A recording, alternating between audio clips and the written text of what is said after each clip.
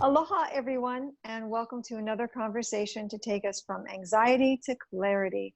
I'm Beth-Ann Kozlovich from Sutter Health, Kahi, Mohala, and this series is a project of my colleague Trisha Kajimura and me and Kahi, Mohala, and Evan Leong at Brain Gain Hawaii, with many thanks to Koko Leong, who always records for us on these Saturday mornings.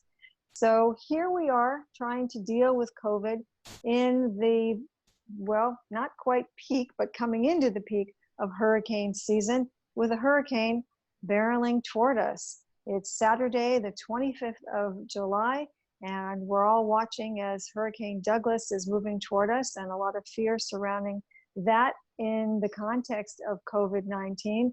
And of course, with a lot of conversation about what is going to happen as we move further into the next month, and will school open? That's been the big conversation over this last week.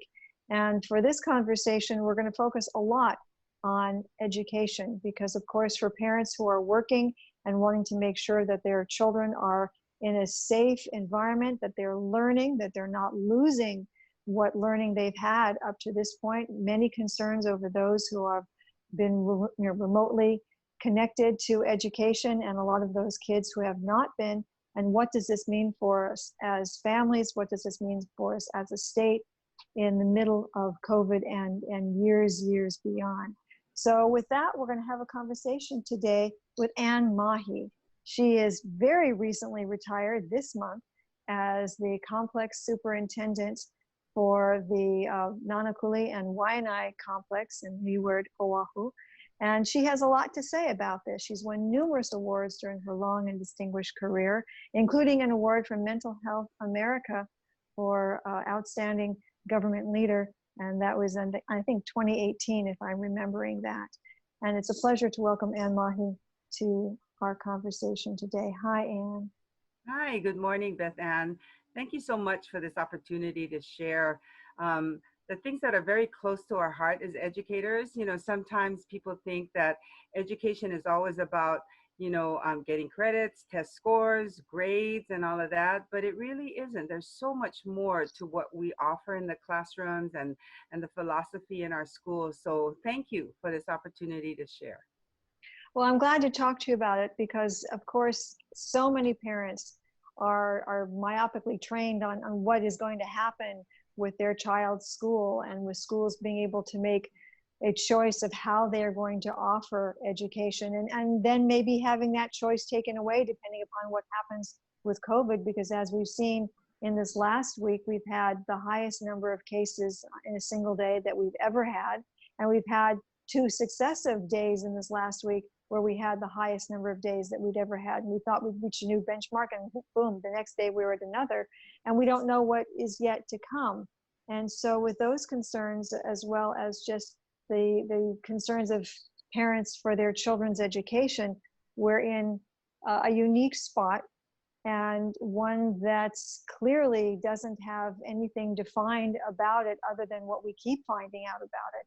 And I'm wondering how you're assessing all of this as you've now stepped back from your professional position, but you're no less an educator because you have. So how are you assessing what's going on with the DOE and in terms of how they're trying to keep people safe, keep kids safe, and open schools, at the same time getting a great deal of criticism from HSTA and HDEA and other unions, and trying to put this all together?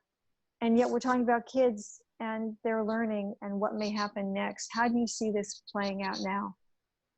Well, when this started in March, I was the complex area superintendent, and the most important thing was having conversations with the administrators of all of our schools, really starting to set ourselves up and understanding what our purpose will be as we move into these changing times. And it's important to understand that they have families, they are part of the community. And what's happened, at least for us, is having those conversations started out with understanding that we are of service to the community in Hawaii. And that when we look at those that we serve, it is our students, our families, and also everyone that works in our schools. So we had to look at safety in that capacity, along with the mission of educating the children in Hawaii. We have always believed that in order to educate the children, you have to touch the heart before you can teach the mind. And that has been something that has resonated in all of our schools. So in trying to sit and plan and determine how we were going to address education under these times, we kept thinking about the fact that we had to make sure that parents and children felt confidence and felt safe in the planning. So we did a lot of talking with parents and asking them, how they felt. Because during the summer, we ran an extended learning opportunity session for those students who needed extra credits, for those who needed to improve, to transition to the next grade level, especially in the elementary levels. And what happened was we said, this is going to be our planning practice for the reopening of schools. So in having those conversations, in that practice, many of the schools were able to look at a hybrid model, a full distance learning model. We brought some students back into the classrooms. So when we started having conversations with parents, and some of our principals actually called every family, every parent, asked them, how did you like the summer session? How would you like, do you feel safe if we open up the classrooms and do the 6 feet distance learning piece and outdoor activities and all of that? That is really the key.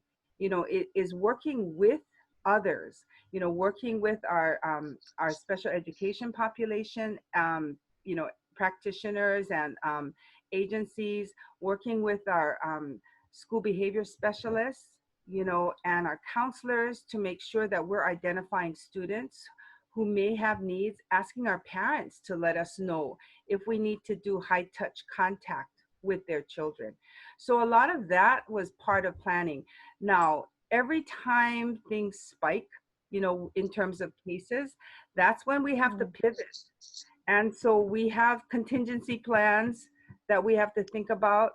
We cannot just blindly say we're going to open on August 4th but that's the plan, which is fine.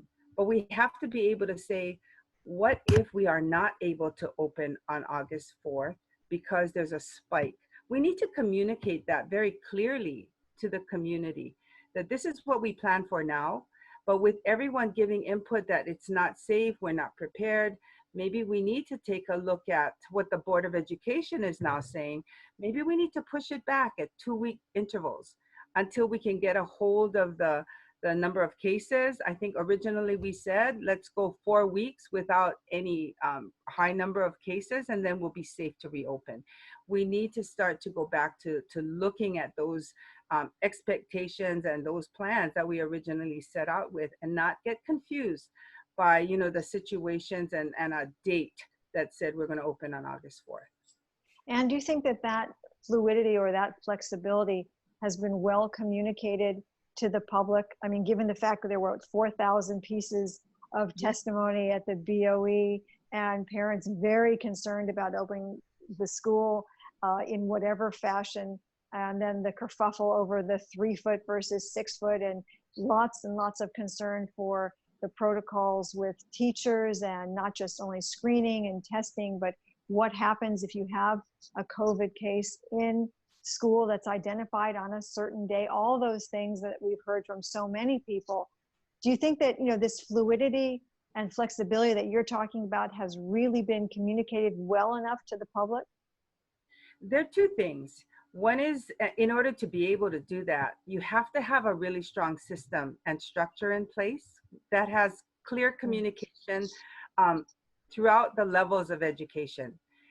And I think, and that includes the students and the parents, right? When we talk about education, I think it's been out there in pieces, like we said this before, now we said this will happen if this doesn't happen. We have handbooks that we gave out to the schools and to the administrators, but have those things, did we have the time to really go through all of those things with all of our parents and our teachers? Have we had the opportunity to bring them back. And I mean, we have monthly fire drills, safety drills, That's right? right. Lockdown drills, but have we had an opportunity to work with our school staff on these new changing kinds of situation? And that's why time is important, and that ability to give time to everyone to feel like we got the system in place now because we've been able to practice this, we understand this. Distance learning is a whole nother thing because we have to deal not only with the safety component, but also the educational component. We have many teachers that are really trying to learn how to adjust to a new way of teaching. And that needs some time as well. So I think we just need to be able to put all the pieces that are out there, you know, it's all out there, and say, let's give us some time to really connect everything, and then be able to say, now we feel comfortable in being able to open up safely. And let's check to see, Governor, what is happening with the number of cases that we have. And if it's down to where we originally said, so many weeks without, you know, increasing in cases and down to single digits, then we'll feel safe to open up. You make a point about the fact that schools have all kinds of drills, fire drills and other drills, and that teachers are well acquainted with that. It makes me think about, for example, the incident command structure that, you know, FEMA has been promulgating, that is used for all kinds of emergencies or large events, that the drilling that happens with that as an ongoing process, the what if process, hasn't really been something, according to what you've just said, that anyone's had a chance to do with COVID. Do you think that needs to happen very, very soon in the next couple of weeks? What if we had a COVID child today? Or what if we had a COVID teacher today? What would we do? How would we handle that? You know, that's really important. This is not a time where we can just kind of sit and wait and say, when it happens, we'll figure it out. You know, or when it happens, it's too late to figure it out. So we have these kinds of protocols that the state has put together, but we haven't had, like I said, that opportunity to really look at, so how do we prepare when we have the hurricane coming? You've got people out there buying up things, preparing themselves for 2 weeks. It should be the same kind of structure where it's communicated just like that, and that every school understands. I mean, when we had emergencies out on the west side, you know, my principals were like, okay, they were waiting for a command, I guess. Okay, this is what we're going to do today, guys. Every principal, I need you, if you can get in there, or I send a vice principal who lives in the area, get your head custodian over there. We're going to look at the situation. Make sure you have your phone tree together. Notify people about what the situation is, advise them to come in or stay at home, make sure the Red Cross is there. I mean, all those things are part of our protocols. So that's what the teachers are asking for. That's what families are asking for. How do we communicate in case something like we get a case of COVID in our schools, right? How do we handle that kind of situation? Where's the isolation room? Who do we call? Right. Who do we notify? Right. You know, what's the protocol for notifying the Department of Health, right? And who do they come down? What do we do? Do we call parents? Do they go straight to the doctor? I think we've done that in Nanakuli Waianae. I mean, the principals and I have talked from the very beginning about what will happen in schools. You will have an isolation room. You will have teachers, you know, being able to send students down. We wanted to be sure every teacher had you know, like those laser digital thermometers, right? And then we get a state, you know, kind of directive that, no, you can't have every teacher with a thermometer because they're not trained. You know, they're not trained to take temperatures. And I'm like, excuse me, I'm a mom. I can figure out how, I got 2 degrees here. I think I can take, you know, a temperature, just say who can and who can't. And then we'll do a training orientation, and we'll be sure that every teacher feels safe, that they can check themselves as well as their students before the start of every school day. It really is about making sure that our protocols will build confidence, right? and ensure safety for all of our employees and all of the children. And then the families will feel comfortable with being able to know that that's what will happen. And if I get a call, this is what I need to be able to do. So where in the process do you think the Department of Education is now with that? Because it sounds pretty logical. I mean, most hospitals, most organizations, anytime people are coming together to go into work, most people are having their temperature taken. You try to go to see your doctor, most likely you're going to have somebody ask you some questions and do a screening before you walk in the door, or before you go and visit someone, if it's even able to go, if you're even able to go and visit somebody in hospital. This is becoming part of our daily lives, but it seems like this hasn't really been well integrated into the school protocol, whereas other protocols exist. This one doesn't very much. Where do you think the planning and the execution of any sort of drill, if you will, is now, when we've got just a few days before we're supposed to be seeing school open, if it in fact happens? You know, the Department of Education is in a very difficult situation when it comes to being able to just execute something like that, because we have unions and we have contracts and we have, is that going to be voluntary or is it going to be mandated? If it's going to be mandated, then we need to have an agreement with our collective bargaining unit, because, it's something that is part of a workplace situation. So a lot of times it just takes time in order to come to those agreements, because after a while there are many, many agreements that have to be made. The only way those things can happen is, is if there is an executive order, that's placed statewide that this can occur. And I think that becomes the hardest situation for the department, having to negotiate a lot of these kind of agreements for their employees, and then being able to make sense of it and then say, okay, let's do it. I don't know where we are right now. I think it was when I left, it was, it can be done voluntarily. So maybe the department is still currently working on, and then working in conjunction with the governor to see what kinds of things can be put in place that can make things a safe protocol for what we're doing in schools.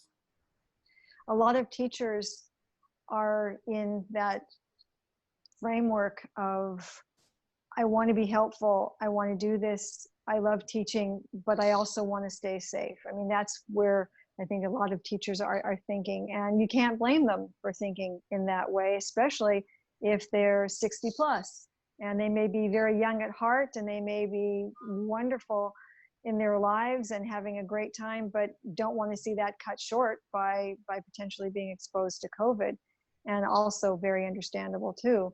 So what do you think has to happen in the very short term? Because it seems like from everything that you're saying and everything that we've heard with the BOE and the DOE, that forgetting what happened at the press con with the superintendent saying, yes, everything's going to go forward on the 4th. It seems like in very many ways, it's not going to go forward on the 4th. And looking at 2-week intervals and 2-week intervals, I mean, we could be looking at a month or two before school actually gets started. So in the short term, what do you think is happening to be able to get that process moving?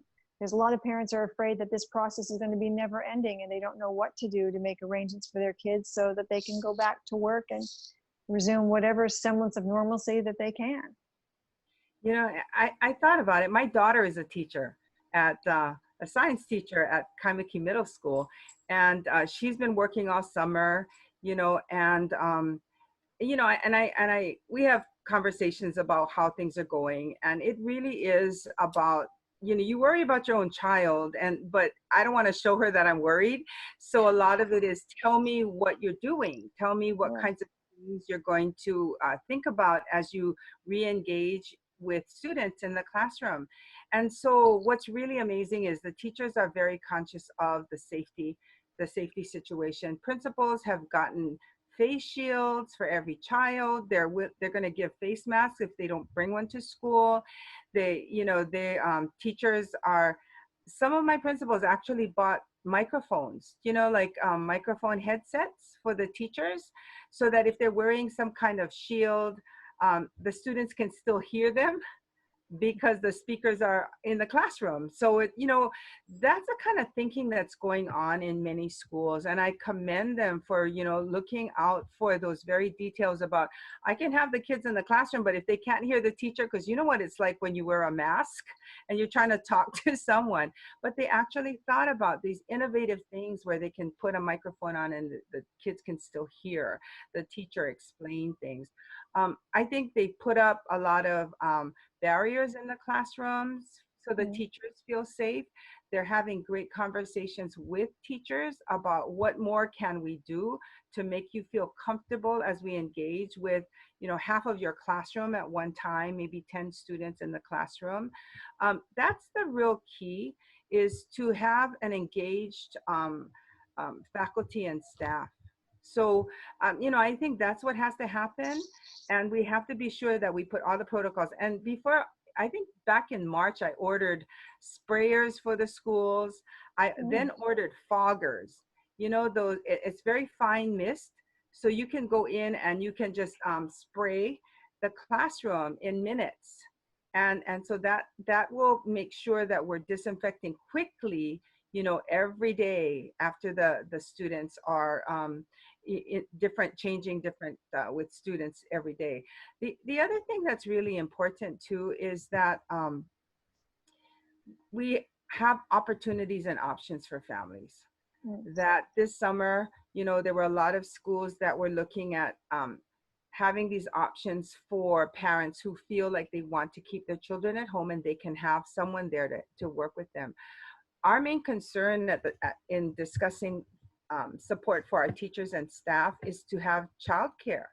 Is it possible to have childcare with community agencies on our campus so that teachers who have children that are not on cycle can actually bring them and have them with a after school all-stars childcare, that as an option if they don't have family or anyone who can monitor their children while they're working. I think that's going to be one of the biggest issues that we will face, is actually helping and supporting our faculty and staff as they work in our schools with other people's children, is how do we help to provide for their children. I think a lot of people forget that teachers are frontline workers too. Yes, very much. And they have lives and they have families, and like everyone else, they're looking for a safe place for their children to be, particularly if they are not in a school track that's happening at the same time that they're teaching. And that's another thing that we were talking about is, could we have actually coordinated so that different parts of the community were on track at the same time, so that you'd have families that live in one area be on track, so that when they're off track, they have the older siblings that can watch them, or they can have, other families maybe watch, or family members watch them together, not like every day, but only on the off track days. But that's another thing that takes coordination. And so, we'd have to really start looking at things like that. It's a little out of the box thinking, but it would help with the logistical nightmare of having to deal with busing, food distribution and all that kind of thing. So again, it's like having that command center that says, this is how we should be organizing your areas, so that the tracks are based on the geographics of your community, because that would really help as well. That might make it a lot easier for cohorting of those families, so that they can create, in effect, a bubble, and make it easier for them to track not only what may be happening health-wise, but certainly to be able to offload each other for when their kids are on track and when they're on track. So it takes a lot of coordination for all of this. I want to ask you also, as we're talking about, areas in which there may be problems in doing this, because it's not a one size fits all, as we all know. Schools are making their own decisions.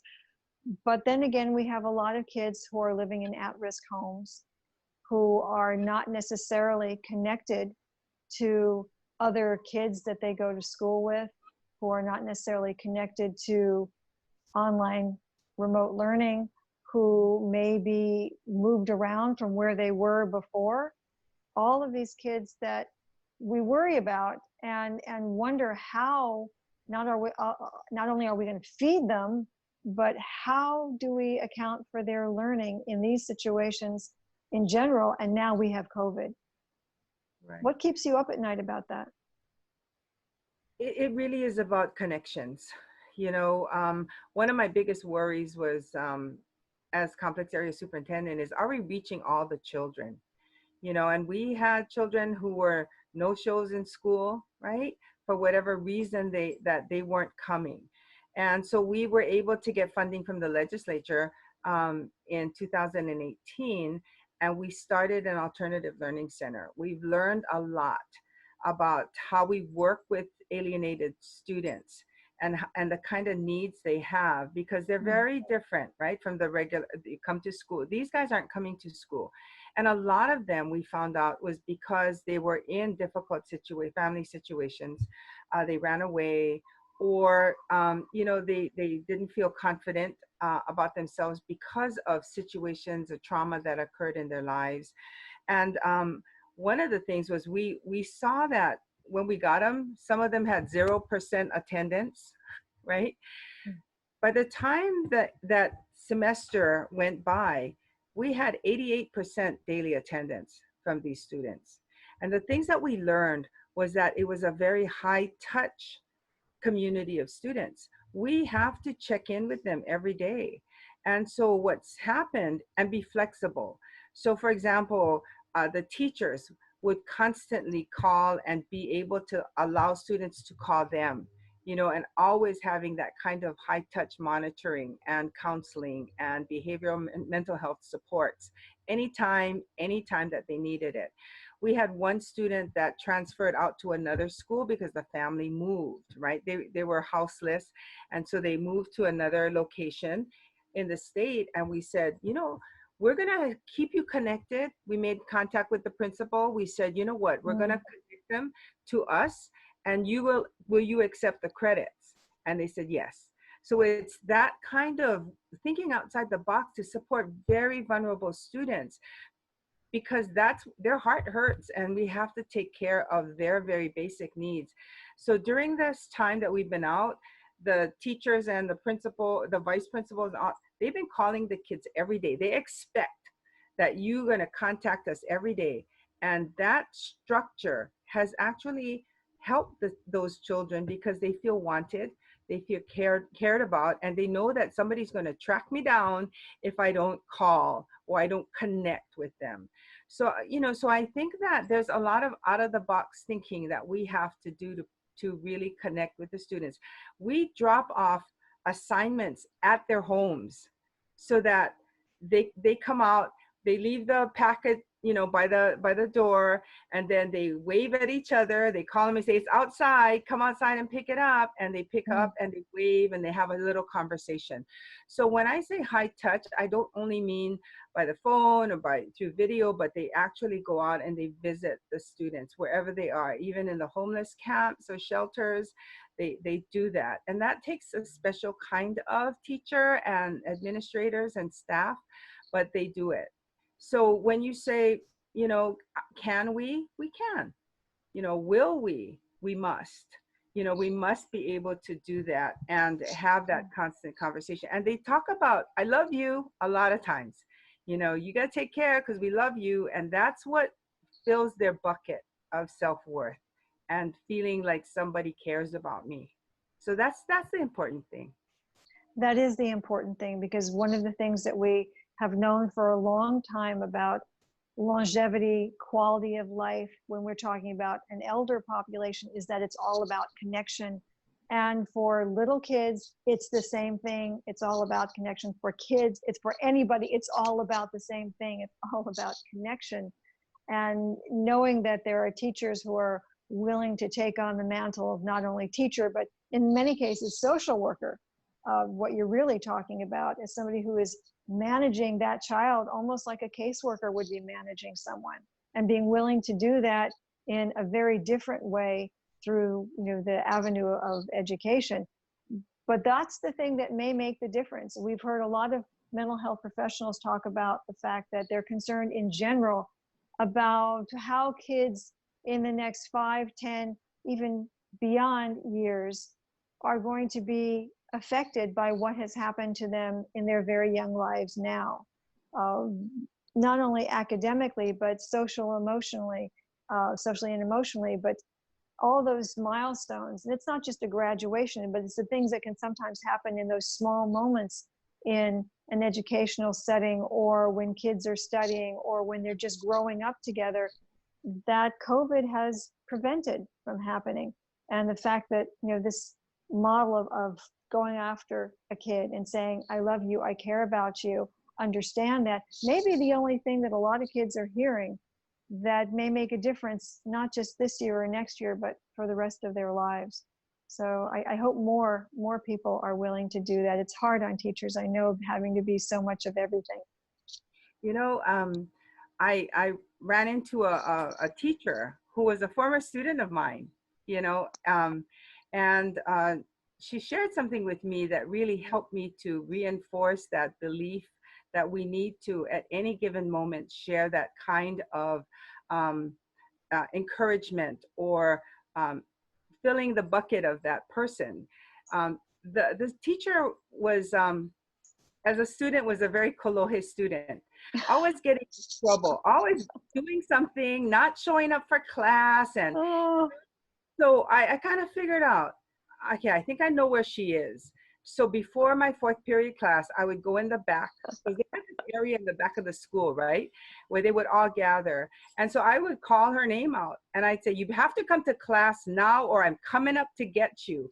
And pretty soon the gang kicked her out and said, you can't come here, because that crazy teacher is going to go up and get you. She's going to ruin everything over here, so just go. So she would come to class, and I would always tell her, you know, that you can do and be anything you want to be. And I did say, because you're smart, you can do this. And so things went by, and she got a lot of difficult times, you know, challenges for a child in a family living environment that really wasn't conducive for her, left the house, you know, went through a lot of hardship. And she got herself, met some good people, got herself back into school, and became a teacher. And she came to see me and said, you know, the only thing that got me through the darkest times is when I remember you saying that I was smart and I could do anything I wanted to do. And so that really means a lot, you know, as a teacher, that you can change the lives of kids just by saying just a few words, one time or two times, or, you know, she was in my class the whole semester. But just being able to continue to say that can take them through the darkest times of their lives, because they remember you. So that was really, that's got to make you feel wonderful. And I mean, to know, A, that she became a teacher and remembered you and what you did, which only goes to remind all of us that you never know where your words are going to land and the effect that that's going to have on someone's life. And that we all have the ability to insert those little thoughts, to insert some positivity in someone's life, because you really don't know what that person may be dealing with outside of those moments that you're sharing together as a teacher student, or as co-workers, or whomever, perfect strangers. But it doesn't hurt to be kind, and in filling somebody else's bucket, it only fills your own even more. And I think that's the whole point of that kind of way of being, and what we need a whole lot more of now, COVID or no COVID. and you know, the whole idea of being kind to people, it really is important, because, you know, by being mean or disrespectful because you're not feeling good, you take away from others, and you take away from yourself. And so in this kind of very difficult times, you know, we got to say, okay, well, education is really important, but it's how we educate that becomes the key. And I told the teachers, and I told the principals this, I said, listen, you got to understand that unless the students are thinking, they're not learning. So the challenge isn't about time. It's about how you're approaching their learning about how to think, what to think about. What kinds of things can you tell me? What's your opinion about this, knowing this? How can we survive these kinds of situations? How do we become sustainable in our world? What are the problems in our community? How do we solve them? You know, those are the kinds of things that we need to change towards in terms of the education of our children today. It's not about whether you can do algebra 2, but it's about what you can do with algebra 2, right? It's not about just following one step after the other, but it's actually figuring out if something disrupts your path, how am I going to overcome that? And so as we look at education, it really is about preparing the children for their future. It's about ensuring that they can think through problems, resolve issues in their own lives and for the community. How can we start to get them to think? Because it isn't only about an SAT test, right? It's about how you're going to apply that learning to be able to be ready, you know, as you move forward into this world, this new world that's they're being pushed into.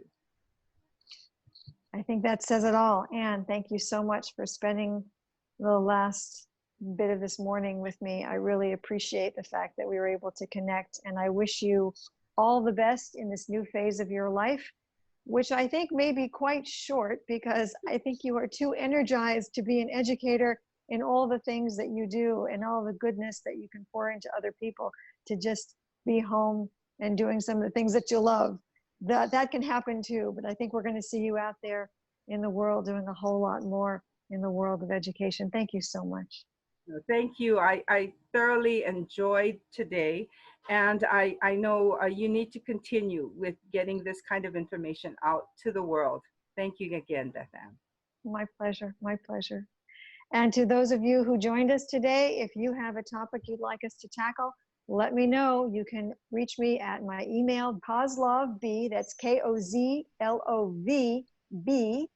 at sutterhealth.org. And I'll see you next time for another conversation from anxiety to clarity. Be well, everybody.